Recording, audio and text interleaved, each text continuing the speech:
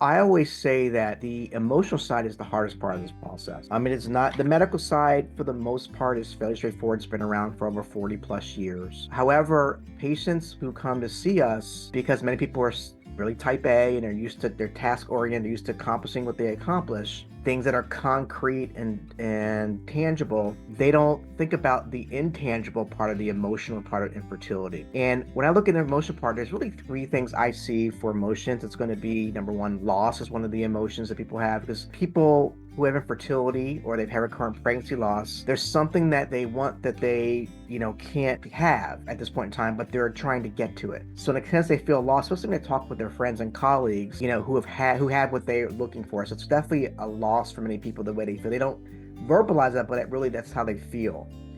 The other part is anxiety. I mean, no matter who you are, if it's difficult to get something, you become more and more anxious. Also, there's certain things that you may feel that are out of your control you can't get to, and so the anxiety also increases. And many people have anxiety at baseline anyway. It's a very common thing we've seen since a couple years ago of the pandemic. I feel like there's definitely this uptick of baseline anxiety, no matter what your age is, what your profession is, what your education is. And so that's one thing I think that is important to acknowledge. And the final thing is going to be loneliness. Um, Think about it this way: you have people who say don't are childless, they don't have any children yet, and they see their friends who have one or two children, and it's difficult to really socially be with those people because they have kids and they don't have them. They may avoid things such as, holiday parties or other events because their children and they don't have children, so they feel lonely, they feel left out. And I think the major part about these emotions, and I bring this up because I can tell when people are a little bit off, and I'll just say, okay, time out. Let's put all the medical stuff aside for a second. How are you doing? Tell me about what's going on. And a lot of times, the partner may bring up things before the patient does because the partner observes it, but didn't have maybe sense of courage to bring it up.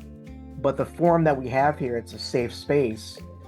They, bring it up and they essentially, you know, have a great discussion. And I say you have to think about, you have to acknowledge your feelings, you have to navigate your feelings, and you have to normalize the feelings as well. And I think those are the three things that are important to really kind of think about the intangible side of this. And I think once you embrace that side, in addition to the medical side, which is a little bit more concrete, I think that patients really do, I feel like, get the most control and the most empowerment they can during this process as they go forward.